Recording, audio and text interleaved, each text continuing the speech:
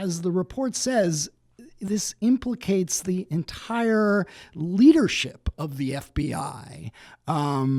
And, then we hear James Comey the day after, or the day the report comes out, saying he's been vindicated and calling on for the president to be apologizing to him.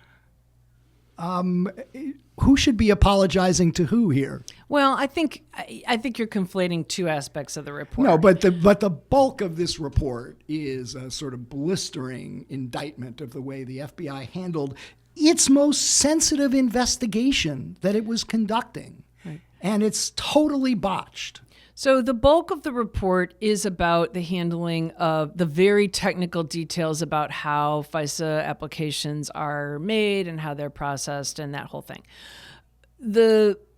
One of the reasons the investigation was even undertaken, as you may recall, is because of calls for it by members of Congress, particularly members of Congress, who said this was all the result of political motivation and political bias, that the very opening of the investigation was politically motivated, and that the Carter Page FISA also in particular was politically motivated. And this is back when we had dueling memos from Devin Nunes and Adam Schiff. And so I think it's important to remember that there's another conclusion reached in this report, which may or may not have been what James Comey was talking about, which is that there was no testimonial or documentary evidence to support that the investigation was opened for political reasons. And in fact, if it had been, the FBI, I hate to say this because I have a lot of very good friends who are either former FBI or currently in the FBI, but they